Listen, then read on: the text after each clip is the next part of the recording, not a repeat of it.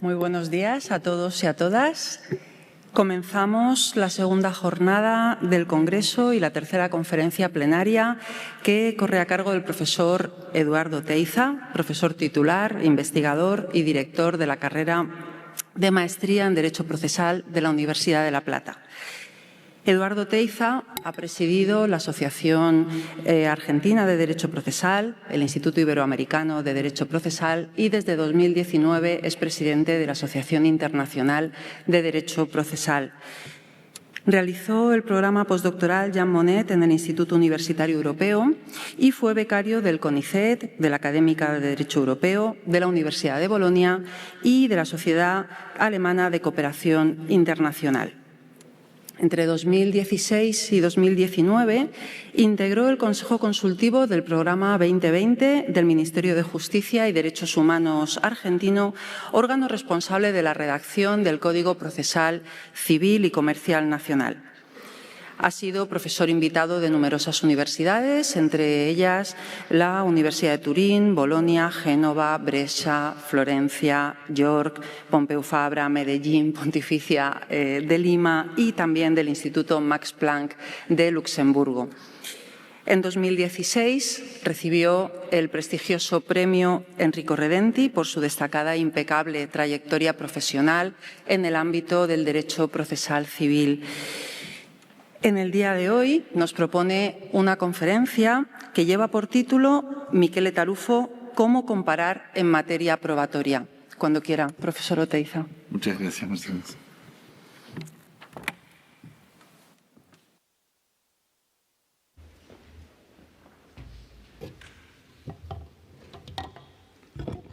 Buenos días a todos y a todas. Realmente es un gran honor estar aquí. Antes que nada, mi agradecimiento a Jordi Ferrer, que la verdad es que nombrarlo él es nombrar un grupo, no es solamente él. Digamos, Carmen Vázquez, Diego Del Vecchi, y los nombres seguirían sumándose a tanta gente que trabaja en este lugar y que hace a esta sede tan querida, por innumerables razones. Y mi agradecimiento personal, sí, hacia él, es porque cuando hablamos hace un tiempo ya sobre qué tema tratar, yo quería hablar sobre el derecho comparado, pero tenía el interrogante de cómo había comparado Michele, cómo había hecho Michele su trabajo, Michele Tarufo.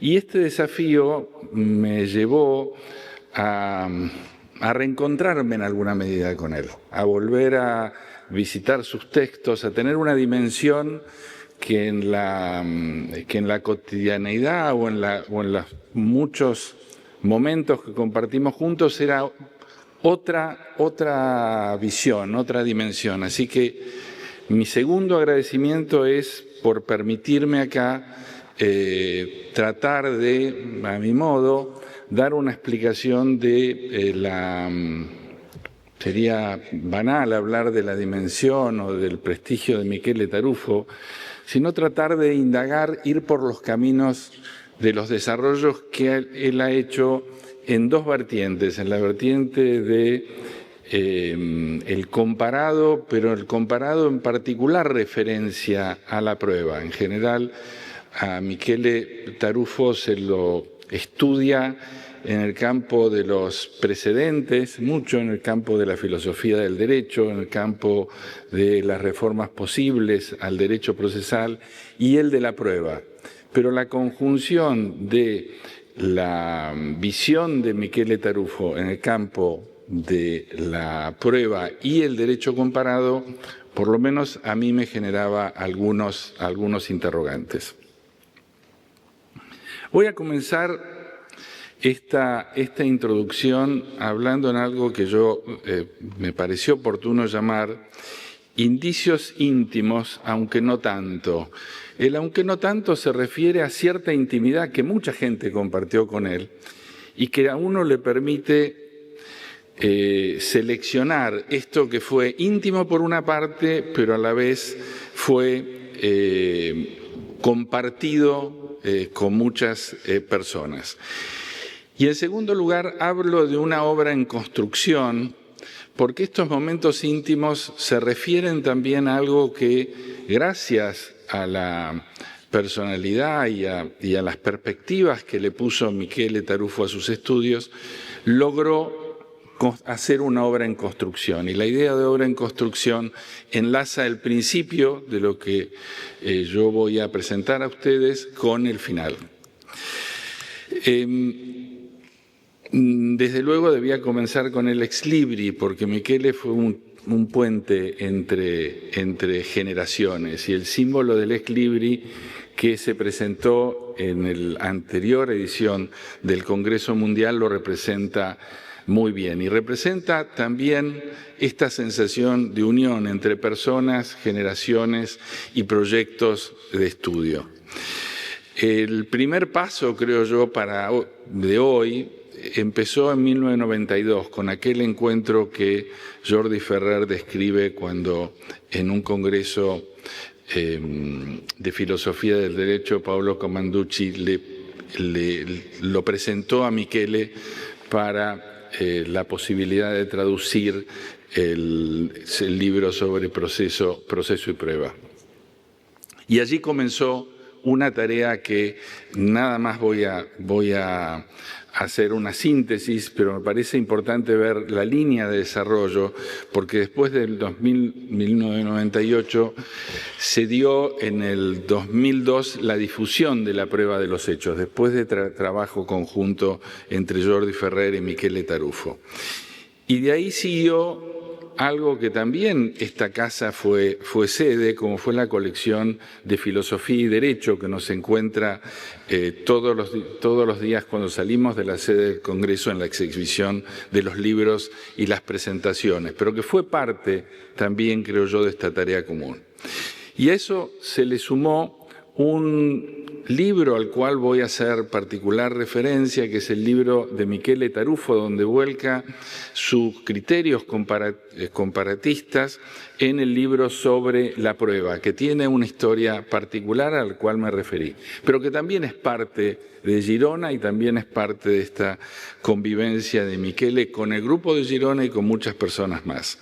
Después vino la colección Proceso y Derecho, en la cual Michele fue parte de su comisión directiva, y en las tapas de los libros ustedes lo verán también.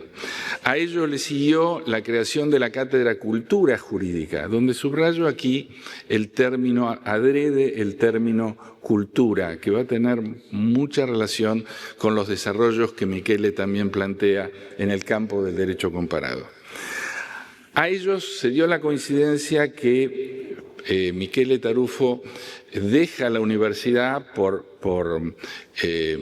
cumplir la edad en Italia, y Girona lo recibe aquí y explica esta transferencia un poco de Michele a Girona, muchas de las cosas que hoy estamos viviendo.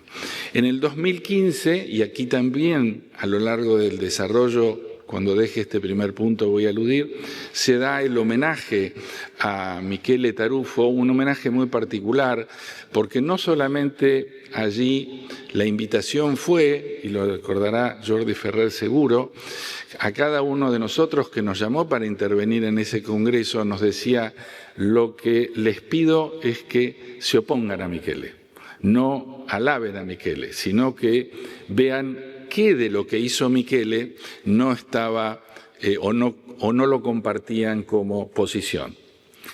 No era fácil el desafío, porque después de cada intervención Michele se paraba y contestaba. Entonces esto era un ejercicio dialéctico con Michele absolutamente encantador y muy importante. Pero allí, en ese homenaje, los temas destacados fueron la prueba, temas de filosofía y precedente y derecho comparado. Eran los tres temas sobre los cuales pivotea la obra de Michele. Primer Congreso Mundial, ya lo han dicho, en el 2018, Quaestio Facti en el 2020, unido a esto, al desarrollo de esta escuela, el Fondo Michele Tarufo que viene a Girona, y voy a hacer alguna referencia en el análisis comparado a esta llegada del fondo, que es más que una biblioteca, porque es biblioteca y arte, una conjunción muy interesante. La primera edición de este Congreso Mundial que da lugar a la segunda que estamos disfrutando hoy. Esta es cuando llega al fondo Michele Tarufo como imagen. El problema de la perspectiva, la elección del tertium comparaciones y los riesgos de simplificar. ¿Qué comparar y cómo comparar? Voy a empezar en esto que muy brevemente trataré como un desafío, con un primer artículo aparecido en la Harvard Law Review sobre las funciones del derecho comparado, una crítica sobre la sociología de la jurisprudencia, escrita por Pierre Lepol. Firma en ese artículo de la Harvard Law Review como un abogado de la Corte de Apelaciones de París. Y me parece que este mensaje también va a ser la punta de un lazo que voy a unir al final. Y decía en este trabajo, al final, en las últimas líneas de este artículo, "To see things in their true lights, we must see them from a certain distance, as strangers, which is impossible when we study a phenomena of our own country." La necesidad de aquellos principios de siglo de comparar está expresada muy bien en esta conclusión del trabajo, en la necesidad del comparatista de alejarse del propio sistema para ver ese propio sistema con la potencia que en realidad tiene. La segunda imagen que me parece interesante compartir con ustedes es otro trabajo, del American Bar Journal, Bar Association Journal, de Roscoe Pound, "What May We Expect from Comparative Law?". Sé que Roland Allen me va a disculpar que cite a Roscoe Pound. Fue parte de nuestras discusiones en el homenaje a Michele Tarufo, donde se discutió la vigencia de la cita de Roscoe Pound. Este trabajo es de 1936, pero vuelve sobre la idea de Lepol. Y en las primeras líneas de este trabajo cita a Matthew Arnold, el poeta Matthew Arnold, y dice en pocas palabras que quien conoce solamente su Biblia sabe muy poco sobre su propia Biblia. Y esto es la necesidad de abrirse al desafío que plantea el derecho comparado. Y hay una recordada frase muy citada en los estudios comparatistas sobre también la gran pregunta, donde dice, "As I said at the outset, much if not all depends on what we mean by comparative law." ¿Qué es el derecho comparado? "Upon what is compared and how it is compared." Y esas dos preguntas van a marcar la mirada que he intentado hacer sobre la obra de Michele Tarufo. Claro que el desafío de comparar es un desafío trascendente, difícil, complejo, y las corrientes teóricas predominantes en el derecho comparado lo enfrentan de distinto modo y todas con mucha cautela. Hay alguna predominancia en algún momento que necesariamente tiende a compatibilizar con las otras. Muy brevemente diré cómo. Ustedes saben que el derecho comparado es una ciencia relativamente nueva, no la tarea de comparación, pero la independencia científica, si se quiere, del derecho comparado nace en el Congreso de París en 1900. Y a partir de ahí se desarrolla. Claro, era la época de la Exposición Mundial en París, el vigor de Francia en aquel momento no lo fue tanto después, y allí se desarrolló, sobre todo en la discusión entre el Código Civil francés y el Código Civil alemán, todas las teorías sobre cómo comparar y qué comparar. De esa época, producto o las conclusiones o los ejes más notables de aquella época es la división en familias jurídicas de René David. Esto dominó el escenario doctrinal del derecho comparado durante aquel tiempo y todavía sobrevive. Nosotros solemos hablar mucho de familias jurídicas, repetimos la noción de familias jurídicas. Y en el derecho comparado hay un consenso general entre los comparatistas que la división general, esta división del mundo que hizo René David, al punto que hablaba de otros, Civil Law, Common Law, Islamic y otros, para referir a esta clasificación del mundo, no era compatible con desarrollos más complejos. Después de esta teoría se empezó a perder peso y lo ganó sí la idea de Merriman de las tradiciones jurídicas, que empieza ya en el 69 con las tradiciones de los derechos, poniéndole más complejidad al interior de las propias familias, no tanto tratando de clasificar, sino tratando de entender por qué y qué había en cada una de ellas. Pero además de tradiciones jurídicas, y voy a enumerarlo muy rápidamente, porque si no nos va a dar el tiempo, emerge las ideas funcionalistas, la idea de examinar el funcionamiento de las instituciones y en qué medida unas instituciones son compatibles con otras y en qué medida es posible adaptar y examinar cómo funcionan estas instituciones en contextos diversos.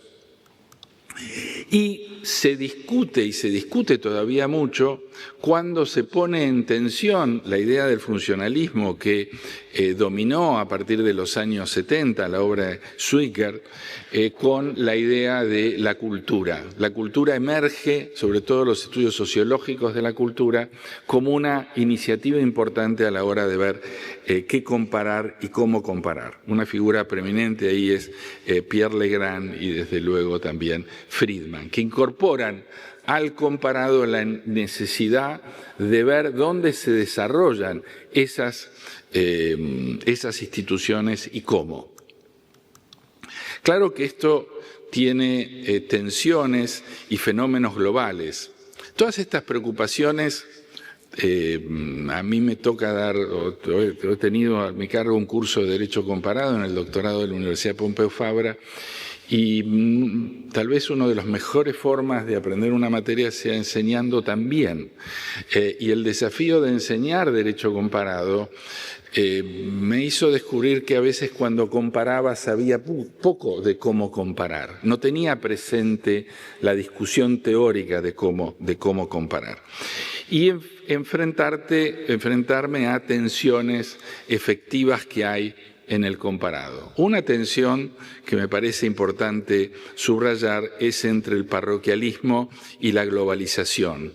Es decir, esta idea de centrar el análisis en la pequeña comarca o expandirse o abrirse a un fenómeno global y con tendencia universal. Que estas dos nociones están en permanente tensión, no hay una predominancia de una sobre la otra, sino que conviven. Así como la idea del universalismo y particularismo, que también era muy propia de los análisis de Michele, de Tarufo. De hecho, discute la noción de precedente y habla de cierta falta de respuesta del precedente, criticándolo por entender que había cierta tendencia universalista que carecía de base. También, hablando de tensiones, una de las cuestiones que los comparatistas analizan y rechazan es la idea de los trasplantes, que muchas veces se antepone o lucha con la idea de armonización. Y el error que significa simplemente trasplantar una institución en un contexto distinto. Unidas a la crítica acentuada sobre el eurocentrismo y la decolonización, que tiñe las visiones del comparatista también. Y la última, la idea del contexto y el tiempo actual, la idea del neoconstitucionalismo y la idea de en qué sistema y qué valores tiene este sistema. Y sobre todo allí las cuestiones actuales en tiempos que desde la ciencia política se han hablado de tiempos de rescisión democrática, porque las conclusiones que la ciencia política, como a Larra Diamond, entre otros, señala es que ya las democracias no caen súbitamente, no caen de golpe, sino que se van perdiendo su propia esencia hasta desmaterializarse en autocracias. Y esto, el derecho, opera como sistema dentro de estos desafíos propios. Por último, las cuestiones metodológicas y epistemológicas de la comparación, la diferencia entre o la compatibilidad y equilibrio entre macrocomparación y microcomparación, el problema del lenguaje dentro del derecho comparado y la apariencia de neutralidad en el análisis que muchas veces no es tal. Este primer bagaje, me hacía pensar cuando recibí la invitación para esta conferencia, estos tres ejes de problema, ¿cómo los manejó en concreto Michele? ¿Cómo logró pensar en una institución como la prueba frente a estos distintos niveles de problemas? Entonces voy al tercer punto, que es el que desarrollaré más, que es la selección personal de algunos hitos fundamentales de la obra de Michele Tarufo como comparatista, y acá vuelvo a subrayar también la idea de comparatista pluridisciplinar. Hay un libro, diría yo, de los más destacados en el derecho, en el procesal comparado, que es el volumen 16 de la Enciclopedia Internacional de Derecho Comparado, que allá por la década de los 80, 90, planteó el desafío a los procesalistas, a una determinada generación de procesalistas, de ver el proceso civil desde la perspectiva del derecho comparado. No ha habido una obra de la dimensión en procesal de este volumen 16 que dirigió Mauro Capelletti, que era el editor en jefe de ese volumen. En los primeros capítulos del volumen 16 uno encuentra un trabajo excelente de Capelletti con Gart sobre los distintos visiones y dimensiones del derecho procesal comparado, un estudio excelente de Van Caneghem sobre la historia del derecho procesal civil, subrayo europeo. Pero curiosamente el ensayo no es solamente europeo, sino que, por ejemplo, de América Latina también ofrece una perspectiva de historia comparada. De David Clark sobre la organización de los abogados y la justicia, y distintas obras, pero claramente lo más importante de aquella generación de procesal comparatistas estaba en esa obra. Tiempo después, y en esto debo decir que he sido un privilegiado, Michele llega a Argentina y me regala esto que ven en una foto de mi biblioteca. Esta es la cubierta del capítulo 7 del referido a la prueba, que en ese volumen lo incorporan a Michele como uno de los autores destacados. Y allí empieza mi interrogante: ¿cómo hizo en ese trabajo para hacer el comparado sobre la prueba? Ese capítulo tiene una historia muy particular. que yo supe por Jordi Ferrer, no la conocía, que fue publicado primero en español, porque demoraba la casa editora la publicación, entonces se decidió hacer primero una publicación del libro en castellano en la colección Filosofía y Derecho, titulado La Prueba. Pero mi sorpresa fue mayor al encontrar en mi biblioteca algo que estaba allí y que llamaba a esta conferencia, que es la siguiente imagen. Es La Prueba, pero en persa. Ese libro que no hay en ninguna biblioteca fuera de Irán, supongo yo que posiblemente esté aquí, es Evidencia en persa. Y fue traducido por Hassan Mosheini y, curiosamente también, fue publicado en el año 1398. No es que sea un libro medieval, es que el calendario persa impone esa fecha. Pero claramente esto nos plantea la complejidad y la diversa visión. Es un libro que uno empieza a leer en criterios occidentales al revés. La tapa es la contratapa y así para adelante. Como había cuestiones que no podía, obviamente no leo el persa, tuve que preguntar a un amigo iraní que vive en Canadá y que es autor es miembro de la Asociación Internacional, sobre el origen de la obra, pues yo pensé que era de él y ahí me aclaró, y haciendo una búsqueda, por lo menos los datos que obtuve es que no se consigue en ninguna biblioteca fuera de Irán. Ese libro, el libro sobre la prueba, Michele combina 5 elementos: la evidencia y la verdad, cómo se selecciona la evidencia, tipos de evidencia, características procesales de la evidencia y cómo a partir de la evidencia se llega a una decisión final.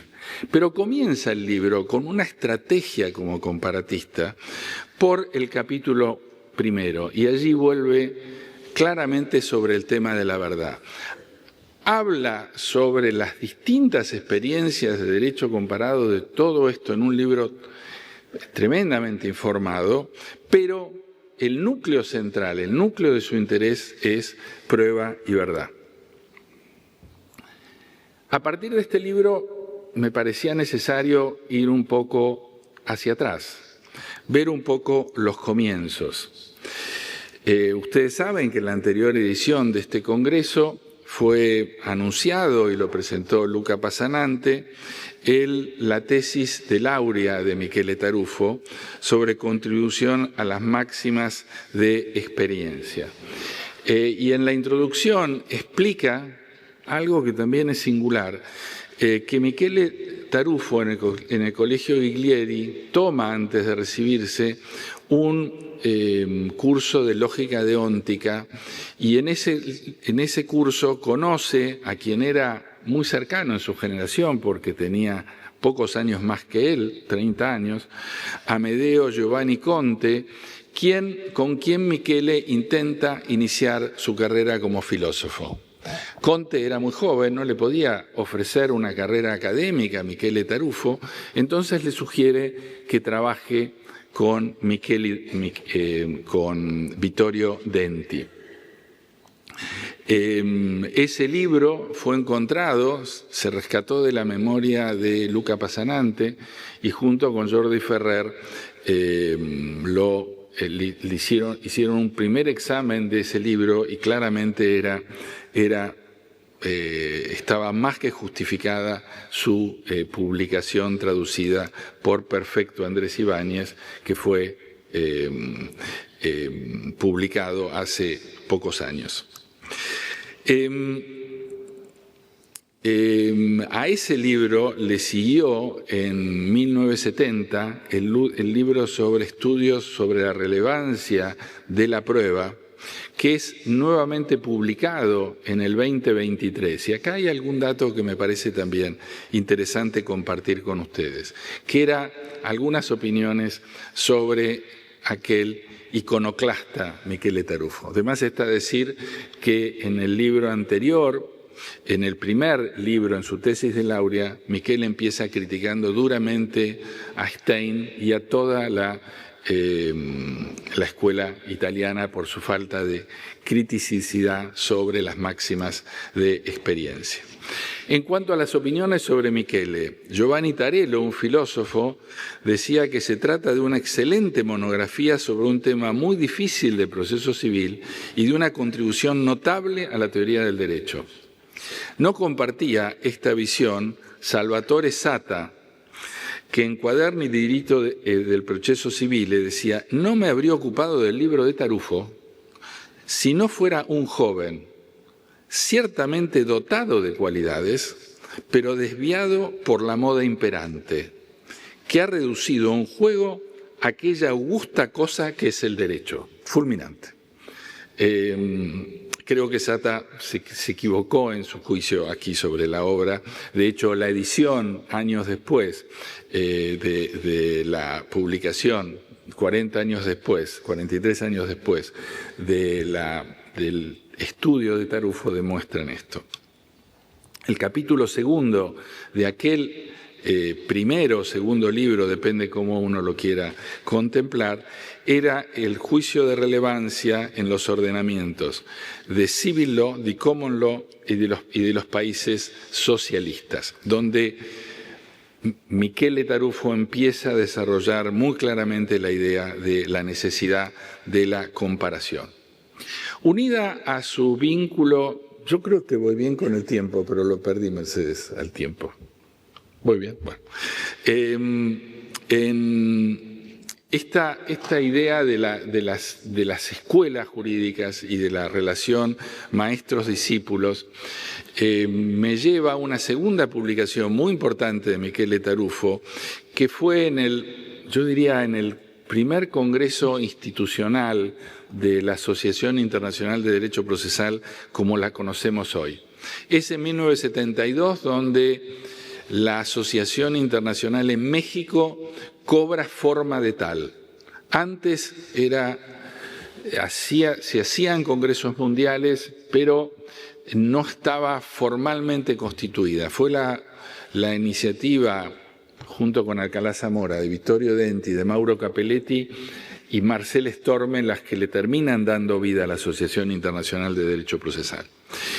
En el libro, muy conocido por una frase que se suele citar de aquel congreso de Gante organizado por Marcel Storme, donde se hablaba de una justicia con rostro más humano, hay un trabajo de derecho comparado sobre la administración de la prueba en el derecho judicial, escrito por Gian Antonio Micheli y Michele Tarufo. Esta obra de derecho comparado coloca también a un muy joven Michele Tarufo con 30 y pico de años junto a Micheli, que ya tenía 30 años más que él, pero que comparte la elaboración de ese trabajo de derecho comparado con informes de relatores nacionales muy bien logrado, y es el primer paso de Michele Tarufo en la Asociación Internacional de Derecho Procesal. Le sigue en el año 79, dos años después, el proceso civile adversari sulla experiencia americana. Acá Michele Tarufo empieza a tomar como tertium comparaciones lo que sucede en Estados Unidos de Norteamérica. Y el capítulo 1 lo enfoca justamente con los problemas de la prueba en el escenario del proceso adversarial americano. Así titula la obra. A la que le sigue, en 1993, American Civil, el proceso civil americano, se habla de escrito a 4 manos por Jeffrey Hazard y Michele Tarufo en 1993, donde tomo como eje de coherencia aquel capítulo donde se introduce con donde analiza y plantea la evolución del derecho en los Estados Unidos. Y un libro que a mí me seduce, y en los libros uno se enamora de los libros por múltiples factores. A mí el atractivo de este libro mayor fue esta frase. Me suelo copiar a mí mismo porque realmente es algo que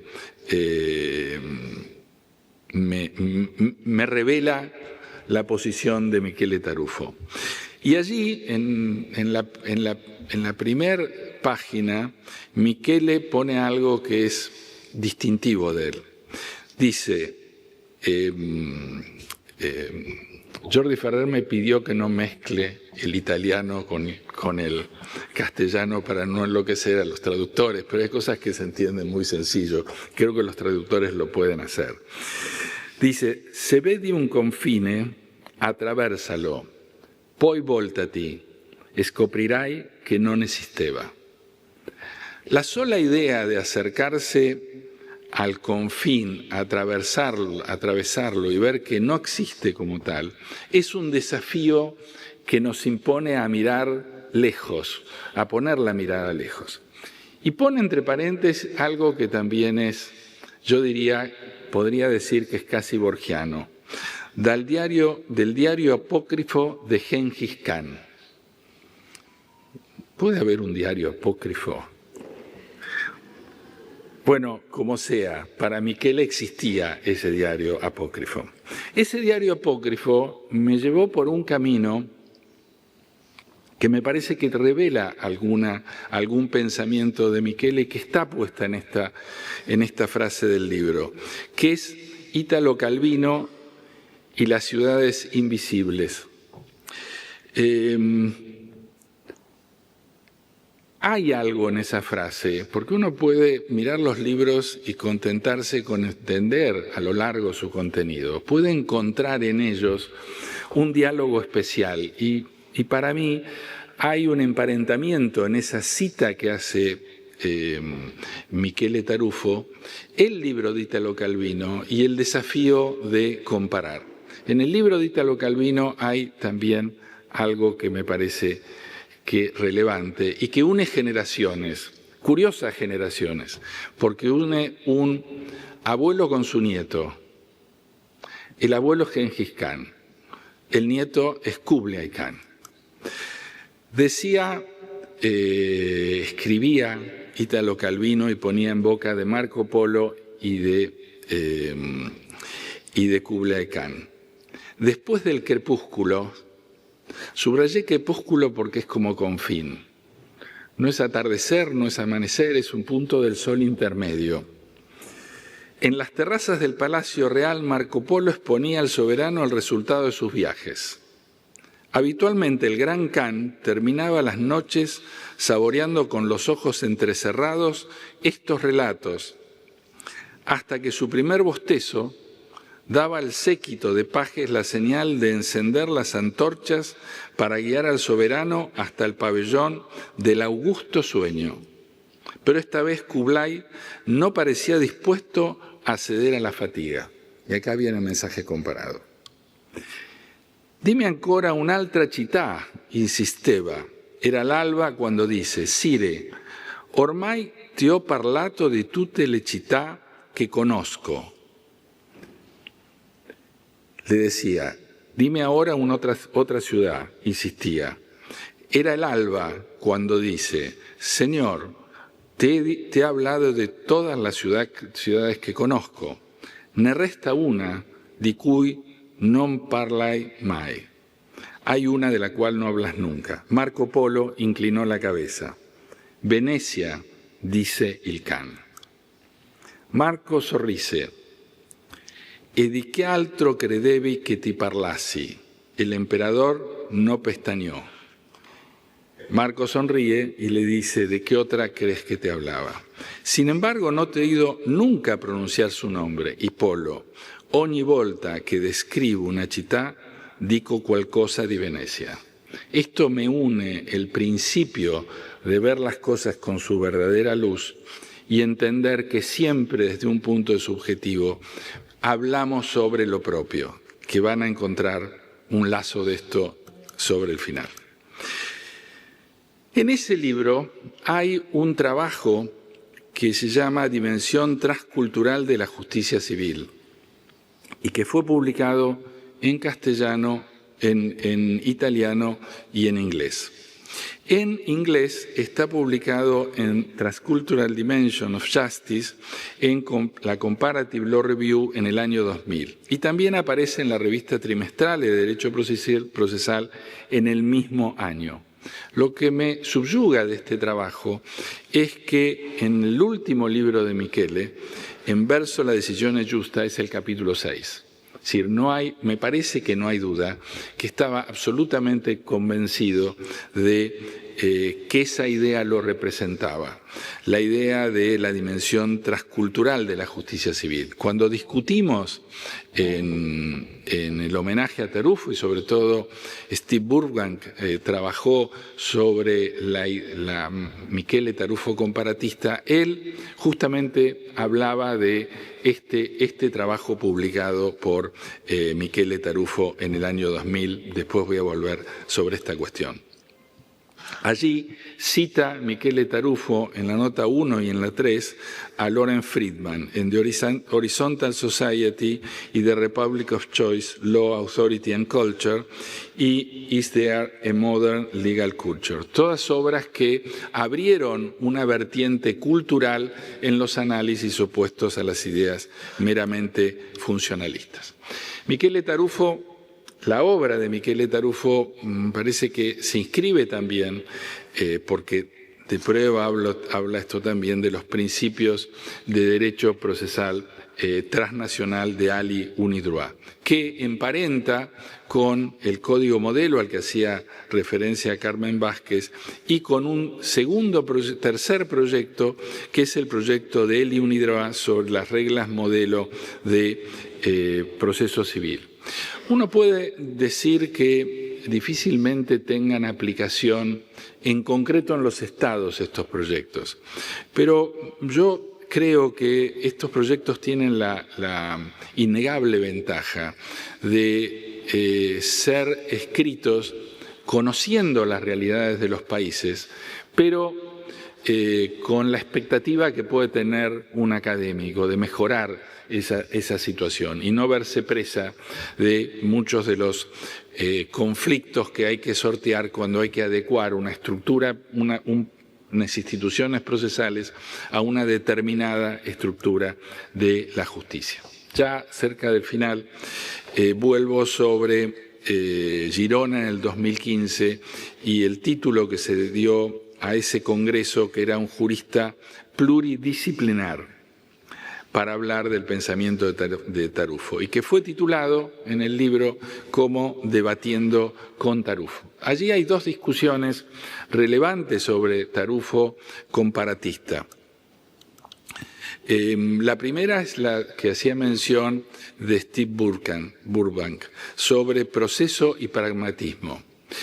Steve Burbank analiza el trabajo sobre la dimensión transcultural, lo critica y dice que en la visión de Michele ha perdido de vista los cambios que se ha operado, sobre todo en las class action, en la forma de litigar por parte de los abogados y cómo ha habido una política de incentivos que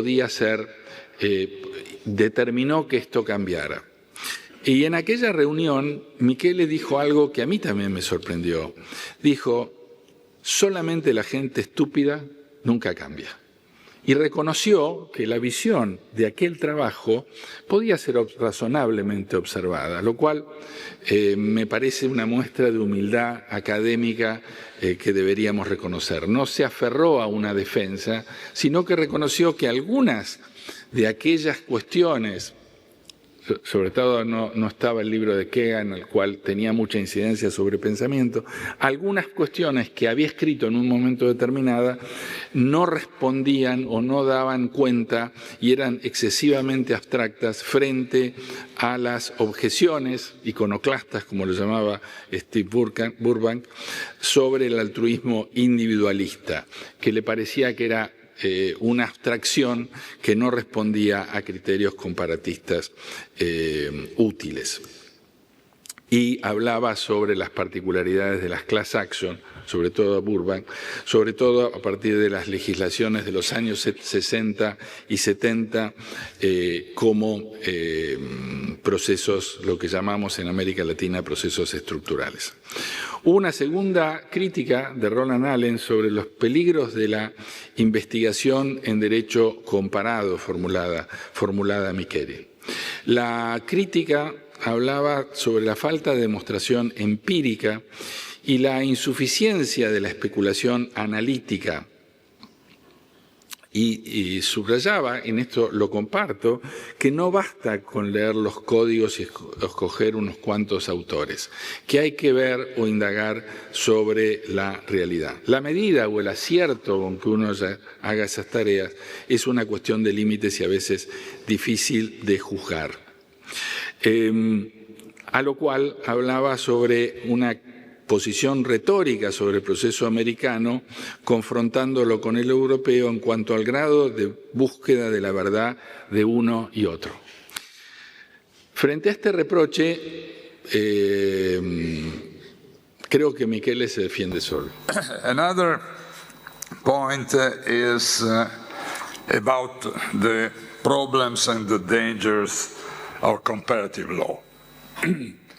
I am skeptical enough about comparative law, although I consider myself a comparativist. But I'm skeptical enough because I know how much bad comparative law is done in the area of civil procedure as well as in many other areas of the law. But one thing is comparative law is a difficult enterprise, has dangers, abstract comparison is nonsense. One has to take into consideration all the factors conditioning how a legal system of procedure works. Well, okay, history, culture, institutions, political factors needs to be to be taken into consideration. But let's pay attention not to push all this too far, because if we do that, we conclude simply that comparative law is impossible.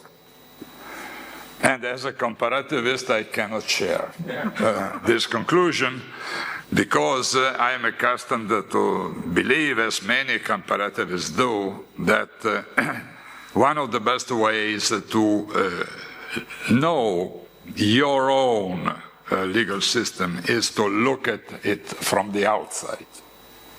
And looking at it from the outside means to compare your system with the other systems, which is not the problem of saying civil law is better or not better than common law. This is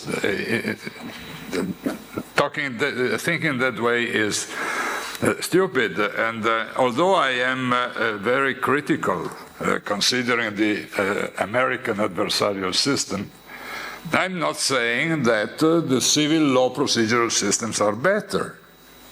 I know a lot of bad civil law procedural systems, but this is only to stress the fact that they are different.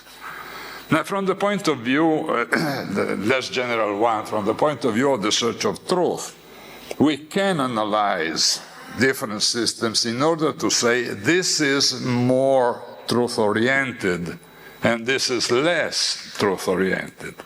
Because if I am considering a system, as the Italian one, for instance, in which we still have rules of legal proof, and we compare this aspect of the system with other systems as the American one, that don't have rules of legal proof, when I am authorized to say that the Italian system, from this point of view, is less truth-oriented than another system.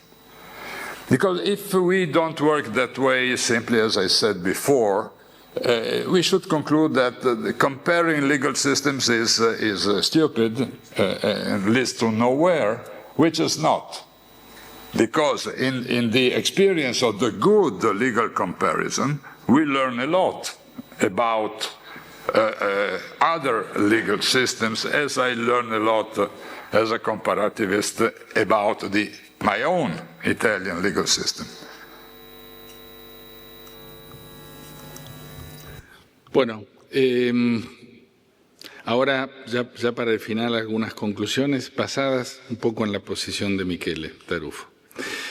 Lo que trae consigo comparar no es una operación neutra ni inocente, implica tomar posición, establecer un marco, asumir riesgos epistemológicos. Es claramente muy difícil comparar, tanto que el libro escrito en persa lo demuestra. ¿Cómo hago yo para entender un lenguaje que no existe? Y hay grados de aproximación, pero y en general tampoco es una operación ni neutral ni inocente. Trae visiones que, como Marco Polo, hace que nosotros siempre hablemos de Venecia desde algún lugar. ¿Qué factores necesariamente hay que tener en cuenta? El contexto histórico, el lenguaje jurídico, instituciones, funciones sociales, cultura jurídica, datos empíricos, entre muchos otros. Es un desafío complejo y difícil, tan encantador como complejo y difícil. Aquí la aparente antinomia entre dificultad o compatibilidad entre dificultad e imposibilidad. La comparación no es imposible, pero sí profundamente difícil si se la toma en serio. La dificultad no debe ser excusa para el abandono, pero tampoco justificación para la simplificación. Algo que dijo al pasar, pero que tiene mucha potencia: no hay mejores ni peores. El derecho comparado no es una competencia ni una jerarquía de sistemas. El juicio comparativo exige lidiar con los prejuicios y pensar en función de la adecuación a contextos y problemas. No hay un problema de superioridad, no hay unos mejores que otros, hay diferentes. Y esto, en la teoría del derecho comparado, sobre todo la más preponderante hoy día, el prestar atención a las diferencias es muy importante. Las predominancias relativas desaparecen cuando uno enfrenta los problemas. ¿Cómo hago para analizar una comunidad indígena dentro de una sociedad más evolucionada si mantengo los prejuicios de dominancia? El tertium comparationis, elegido por Tarufo. El proceso civil adversaria en la experiencia americana en el 79 lo llevó a la decisión justa, pasando por el libro de la prueba en el 2020. Esto es, creo yo, que es un claro ejercicio de coherencia. Y eso fue el mensaje que a mí me dejó muy claramente la presentación de Tarufo. Y creo que el ex libri, como puente que une orillas para dejar abierto un nuevo puente, fue un mensaje muy importante de Michele Tarufo y en mucho enseña a cómo comparar en materia de prueba. Muchas gracias.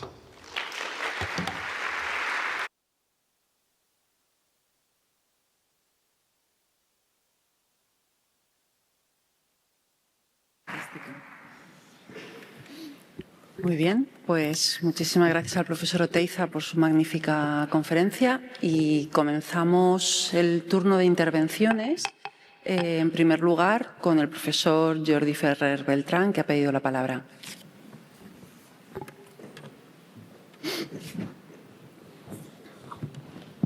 Muchísimas gracias, Eduardo, por este recorrido por la persona y la obra de Michele Tarufo y su perspectiva sobre la prueba. Yo quisiera ofrecer un punto de vista un pelín distinto, a ver cómo, pero no incompatible, a ver cómo tú lo verías también.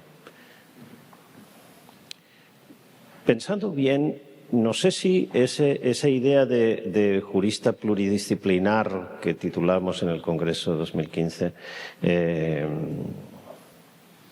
es la mejor, o casi de jurista poliédrico habría que haber dicho, pero creo que había una perspectiva dominante en la obra de Michele y no es la de comparativista. Es la de normativista. Creo que a Tarufo, por encima de todo, le gustaba decir cómo deberían ser las cosas. Pero para decir cómo deberían ser las cosas, creo que pensaba que había que saber cuál era el contexto cultural, cuál era el contexto normativo, cuál eran la formación de los actores que iban a jugar con ese juguete procesal, cuál era el contexto político. Es decir, cómo deberían ser las cosas, no es imaginarlo en tu despacho, en tu ordenador o en tu hoja de papel y diseñar en abstracto, sino hay que tener en cuenta cuestiones sociológicas, cuestiones cómo ha funcionado en otros sistemas, cuáles son las realidades, cuáles son los problemas, cuál es la complejidad del sistema. En este sentido también tenía una aproximación parecida a la que siempre insiste Ron Allen, etcétera. Otras piezas del sistema, cómo juega el mecanismo. Entonces, bueno, para dar esa respuesta acerca de cómo deberían ser las cosas, me parece que necesitaba todos esos ingredientes antes. Y no me parece extraño que al final su último libro fuera verso una decisión justa. Es decir, después de todo esto, después de todo lo estudiado, ¿cómo debería ser? ¿Qué deberíamos hacer? ¿Hacia dónde tenemos que ir? Y ese punto de vista normativista, es decir, ese punto de vista normativo, indicando el deber ser, creo que tiene un papel muy predominante. No digo que la mayoría de sus páginas escritas tengan esto, porque están todos esos otros presupuestos, ese análisis de todos esos presupuestos sociológicos, de otras disciplinas, económicos, políticos, etcétera, etcétera, etcétera. Pero que todo eso para él era un ingrediente para poder dar una respuesta fundada a la pregunta acerca de qué derecho tenemos que tener. Y entonces lo convierte al ingrediente comparativo en un instrumento más. Es un instrumento más en ese otro análisis o en esa otra perspectiva final que me parece que tenía permanentemente en mente. Pero quería simplemente saber cuál es tu idea al respecto. Sí, tengo mis dudas si hay un pensamiento, si puede caracterizarse como normativo. Creo que más allá de la normatividad conceptual, él indudablemente tenía una preocupación muy clara por la justicia final de la decisión como reconocimiento de derecho. Y no por casualidad el libro se llama así, y no por casualidad la tesis de Laurea justamente cuestiona eso. Justamente dice, las máximas de experiencia no sirven porque son un criterio no justificado. Ya en ese momento él tomaba la idea de probabilidad, que no era una idea común en aquel tiempo, y se aferraba a esta idea no sin un sentido, no sin una finalidad. Entonces, desde ese punto de vista, sí podría compartir que había una búsqueda de una solución que puede ser entendida por una dogmática normativa.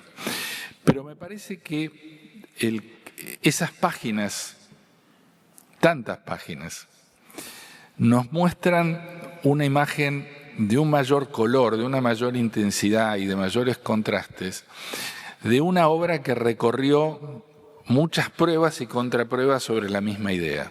Y esto llama mucho la atención. Estaba absolutamente convencido, y creo que esto era una de sus virtudes, es decir, no había una tentativas sin construcción en sus acercamientos a los problemas jurídicos, sino por el contrario, mantenía el eje y en el color de lo que iba viendo, iba aprendiendo, iba trabajando, iba desarrollando esto mismo.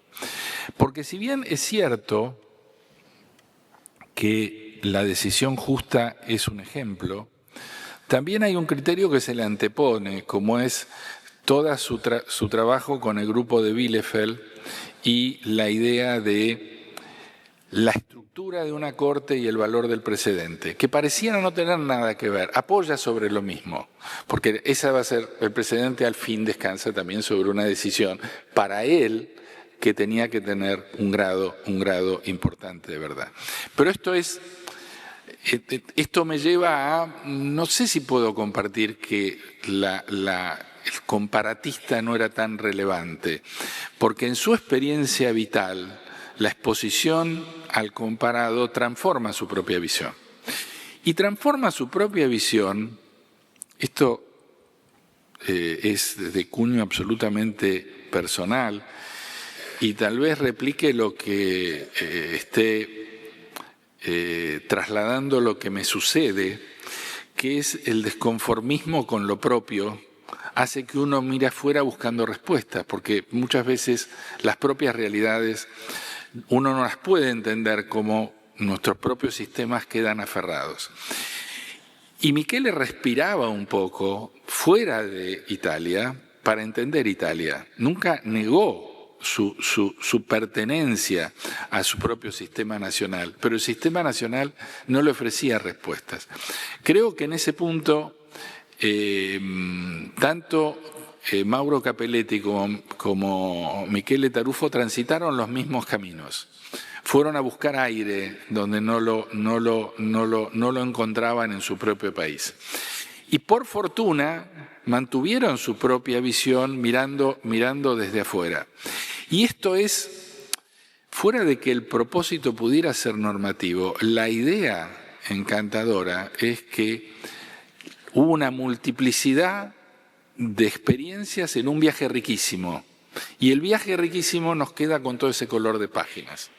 Podríamos discutir si es normativo o no, pero al final, creo yo, este abanico de páginas que dejó abierta, con coherencia, no buscando aleatoriamente, es una gran enseñanza. Pero bueno, gracias por la pregunta, Jordi. Continuamos con las preguntas que se han formulado por escrito.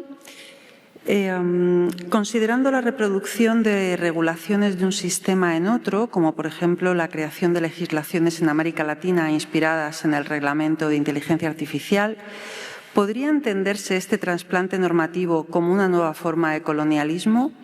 ¿Cómo es posible regular localmente fenómenos de alcance global? ¿Existe también en este proceso algún papel para el derecho comparado? Sí, empiezo por el final de la pregunta. Sí, existe un papel para el derecho comparado.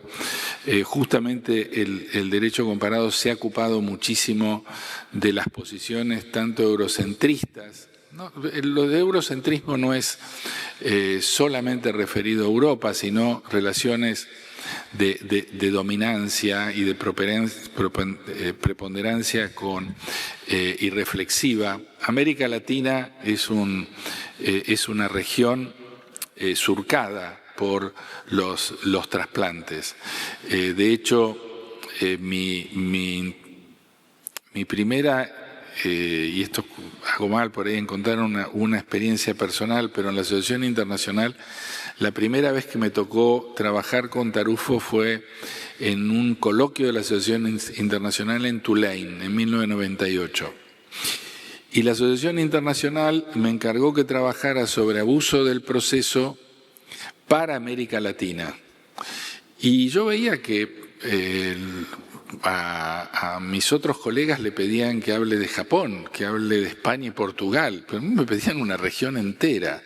Esta visión uniforme sobre que América Latina es un todo, donde juega mucho la idea multicultural de Tarufo al entender estos fenómenos, es claramente un tema de interés.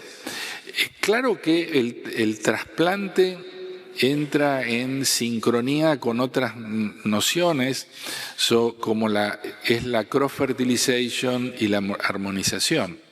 Depende qué se tome para el análisis y la potencial incorporación, las ventajas de esa institución, las raíces, el cómo, de qué modo. América Latina, desde su independencia, ha vivido en un sistema híbrido, porque en general América Latina se la relaciona como una consecuencia del Imperio Español, en los casi 300 siglos, pero ahí no se toma en cuenta la importancia que tuvo sobre todo el Reino Unido en el 1800 y cómo esto pegó en los sistemas constitucionales. Los sistemas constitucionales latinoamericanos son más del common law que del civil law. Mi país, Argentina, tiene una Corte Suprema que es a imagen y semejanza, y la Constitución es a imagen y semejanza de la Constitución de los Estados Unidos. Su Corte también. La Corte Argentina citaba jurisprudencia de la Corte Americana. Nosotros tenemos un Marbury versus Madison que se llama Soho, que es un caso relevante en términos de control constitucional, donde por un lado uno podría decir que somos un sistema del civil law porque tenemos códigos nacionales y es una facultad del Congreso, pero por otro lado tenemos una Corte que funciona a la usanza del control constitucional de los Estados Unidos. Esto se reproduce en el Superior Tribunal Federal de Brasil, en México, en tantos países donde se han adoptado instituciones. Está mal, está bien. Yo creo que acá hay un gran problema. No está mal, no está bien. La respuesta es mucho más compleja. Habría que pensar, ¿por qué piensa que está mal? ¿Por qué piensa que está bien? Y ahí empezar la discusión. Y cuando uno empieza esa discusión, de ese modo, se da la perspectiva de tener un análisis mucho más rico, un análisis de proyección. ¿Hasta dónde quiero llegar con la institución? ¿Cómo quiero llegar con la institución? ¿Hasta dónde nuestras propias ideas son compatibles con esa institución? ¿Qué es la forma? Decir si está bien o está mal me parece poco. También es una conclusión posible. Hay muchas veces que es errado el simple trasplante y que es una práctica lamentable a la cual, y creo por eso reacciono de este modo, América Latina ha sido tremendamente fértil, inútilmente fértil en muchas cosas. Un minuto más, porque me parece que el punto lo merece. América Latina, hay un hecho muy fuerte que marca la cultura latinoamericana, es el retorno a la democracia en los años 80, en la época de transición. América Latina por aquel momento sufría gobiernos autoritarios por una profunda crisis económica.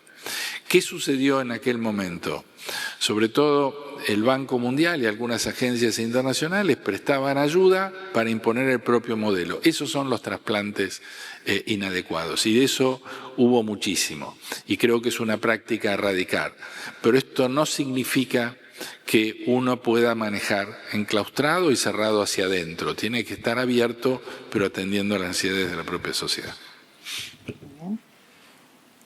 Ha pedido la palabra Antonio Enrique Graciano Suchsberger. Si puede levantarse para que le acerquen el micrófono, levantar la mano. Ah, sí. Muchas gracias. Felicitaciones, maestro. Quisiera preguntarle qué le parece los sistemas regionales de derechos humanos, si no cumplen una función deontológica en la comparación y si hay riesgos de que se puedan exceder o algo así. ¿Qué le parece? Perdón, la pregunta es muy interesante, pero no querría desinterpretarla. Me parece que entendí, pero si pudiera aclararla un poco mejor me ayudaría. Uno de los workshops que mi grupo ha propuesto trata, por ejemplo, del Tribunal de Jurados. Entonces, lo que pasa es que la Corte Interamericana de Derechos Humanos ha pasado un análisis sobre los límites que se puede tener en la motivación, en la hacienda de la decisión por los veredictos. Y esto no ha pasado, pero tuvimos una discusión por allá donde se pudiera decir que la decisión por veredictos no cumplía la función de motivación. Entonces, que la Corte se realizó un trabajo más, se autoconteve, si se puede decir así, una self-restraining, para respetar los distintos sistemas. A mi pregunta me parece es esta deontología de la comparación. ¿Qué se puede decir de los sistemas regionales? ¿No se hace así? ¿Y si hay un riesgo de que se puedan exceder? Bien, gracias. Sí, creo que ya la entendí. Muchas gracias por la pregunta es realmente interesante. Justamente hablando de trasplantes y enlazando un tema con el otro, todos saben, y voy a decir una obviedad, que el sistema interamericano fue un sistema trasplantado. Y trasplantado por las peores razones. Cuando se adopta la Convención Interamericana de Derechos Humanos, la región latinoamericana estaba en plena Guerra Fría. Y había que ofrecer una imagen de respeto a los derechos humanos. Entonces, la Organización de Estados Americanos llevó adelante la adopción y el tratado sobre la Convención Interamericana de Derechos Humanos, Pacto de San José de Costa Rica. Tardó muchísimos años en darle, era muy difícil que hubiera una real convención con fuerza protectora de los derechos humanos frente a tantos gobiernos autoritarios. Esa situación florece en América Latina con la consolidación de las democracias que se da en los años 80-90, que es una oleada democrática muy importante. El problema que tiene esto para el derecho comparado es que hay cierta asimilación por nombres. ¿Da lo mismo el sistema interamericano de protección de los derechos humanos o es lo mismo que el sistema europeo? Y los dos tienen una corte, no hay duda que tienen una corte. Pero si uno toma en cuenta nada más que el sistema interamericano ha producido nada más que 500 sentencias, si toma en cuenta además que hay una reticencia presupuestaria de los estados a financiar el sistema notable, si uno toma en cuenta además que el ciudadano no tiene acceso al sistema interamericano, sino que lo hace por intermedio de la Corte Interamericana, por intermedio de la Comisión Interamericana, encuentra que hay ciertos problemas. Ahora, quien me escucha hablar sobre estas tres premisas podría decir, considera inútil el sistema interamericano. No, por el contrario. Creo que es un sistema tremendamente valioso, que la deliberación sobre el alcance de los derechos convencionales es muy importante para las sociedades democráticas y lo que hagan estas cortes también.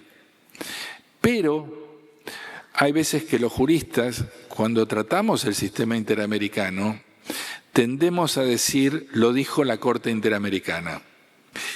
Y allí hay un problema, porque hay que ver qué dijo, cómo lo dijo, por qué lo dijo, si fue acertado o fue desacertada.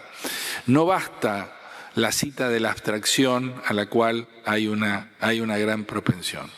Del otro lado, o paralelamente, uno pasa más o menos con la corte de los pueblos de África, más o menos una cosa similar o todavía más débil, es un modelo contrapuesto con el sistema europeo de protección de los derechos humanos, totalmente contrapuesto. Tiene otro desarrollo, tiene otra potencia, tiene otro respeto, tiene mecanismos más transparentes de trabajo, pero esto también porque los estados se han comprometido con el desarrollo del sistema. Uno y otro, y creo que este es el nudo de la pregunta que me hace, manejan una idea distinta del margen de apreciación nacional. En el sistema europeo hay un respeto de lo que sucede en la evolución de los sistemas jurídicos que integran el conjunto de estados protegidos por la Convención Europea, que es muy cauteloso. El sistema americano ha desarrollado la idea de control de convencionalidad, sustentando una obligatoriedad de sus decisiones que habría que volver a pensarlo. Que haya que volver a pensarlo no significa debilitarlo, significa fortalecerlo, porque desde luego que es importante, y en términos de comparación, el balance y la mirada de una corte en la otra me parece que es algo muy importante de realizar. No para que una siga a la otra, sino para entender por qué y en qué modo unos y otros funcionan distintos. Un tema clave en el sistema interamericano es la elección de los jueces. Nosotros en América no hemos avanzado nada en términos de cómo seleccionan los jueces del sistema. En cambio, en Europa se han dado pasos, porque hay que entender también el enclave de una Corte Supranacional, pasos consecuentes para tratar de que los jueces que llegan a la Corte sean jueces con idoneidad suficiente. Y estos son problemas que la comparación nos permite ver. Si yo veo el texto de la Convención, veo las sentencias y me limito a esto y no sé quiénes son los jueces, por qué deciden, cuáles son sus doctrinas, estoy viendo muy poco. En cambio, sí, veo lo que hacen los jueces y aparte lo comparo, miro los dos escenarios, las conclusiones que puedo sacar de fortalecimiento del sistema, no de debilitamiento, son más fuertes y no más débiles. Gracias por la pregunta. Bueno, me informan de que nos quedan escasos 5 minutos, así que vamos a dar la palabra, en último lugar, a la profesora Carolina Fernández Blanco. Si puede levantar la mano para que le acerquen el micrófono. Vale. Hola, muchas gracias. Muy interesante la conferencia. Y bueno, un poco más sobre trasplantes, ¿no? Sobre la idea de los trasplantes y bueno, porque como se ha dicho, digamos, los trasplantes tienen sus caras positivas y sus caras muy negativas. Y mi pregunta es, digamos, sobre la idea, no sé si la conoce, de Máximo Langer, de hablar en vez de trasplantes de traducciones jurídicas, ¿no? Entonces, y la pregunta es básicamente, ¿cuál sería el mejor método, si es que lo hay, para que los trasplantes jurídicos se transformaran en una verdadera herramienta legislativa, casi le diría, con capacidad de ser puesta a prueba en cada sistema? Es decir, ¿cómo podemos hacer, si es posible, si es que existe metodología, y si no, digamos, cuáles serían las ideas alrededor de esto, para que las traducciones jurídicas pudieran ser eficaces y efectivas? Esto sabemos, evidentemente, no es lo mismo un trasplante voluntario que un trasplante forzado o condicionado, como las condicionalidades del consenso de Washington de las que usted hablaba hace un tiempo, ¿no? Hace un rato. Entonces, la idea que digamos que en muchos trabajos míos me planteo es cómo podemos hacer que los trasplantes sean una forma de legislar que podamos utilizar, si se quiere, de alguna manera, poniéndolas a prueba casi como un modelo de evidencia científica o de evidencia en la legislación para poder hacer legislaciones eficaces y efectivas. Gracias por la pregunta. Sí, el tema de trasplantes es desde luego un tema interesantísimo. Déjenme partir de el recuerdo de una iniciativa en términos en la materia extraordinariamente contundente de Mauro Capelletti en la obra que hablaba Integration Through Law. Mirando una época que en algún punto es una época pasada, entrañable, primaveral, como fue los 80 y 90 en el reverdecimiento de una Europa democrática, donde el tema de la integración permitía esta cross-fertilization, esta adopción de lo que sucedía en otro país.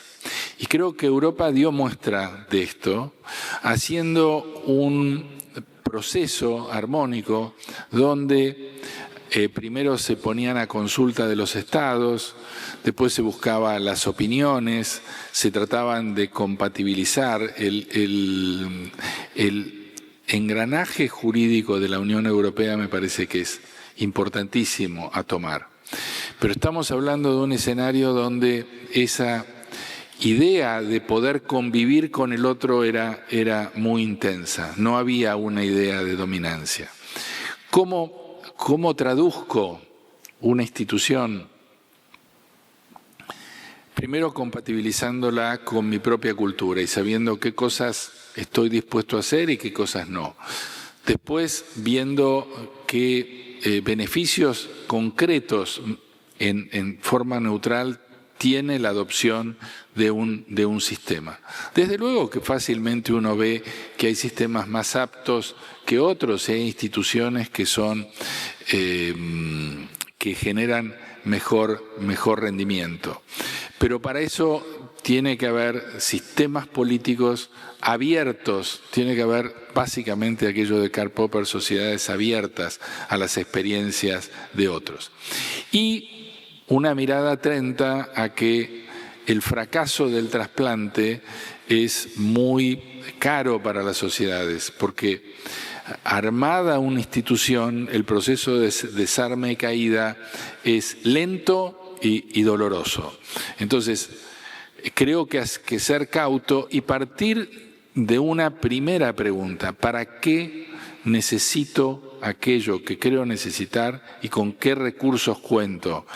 No solamente materiales, sino culturales, políticos, para realmente adaptarlo de un modo que sirva. Pero esto es una receta absolutamente preliminar y simplificada de algo que es muy desafiante y muy difícil de hacer, que no tolera, por la complejidad del tema, ser contundente, sino dejar algunas líneas abiertas simplemente. Gracias. Muy bien, pues con estas últimas palabras del profesor Oteiza damos por finalizada esta tercera conferencia plenaria. Muchísimas gracias, profesor. Muchísimas gracias a todos por sus intervenciones.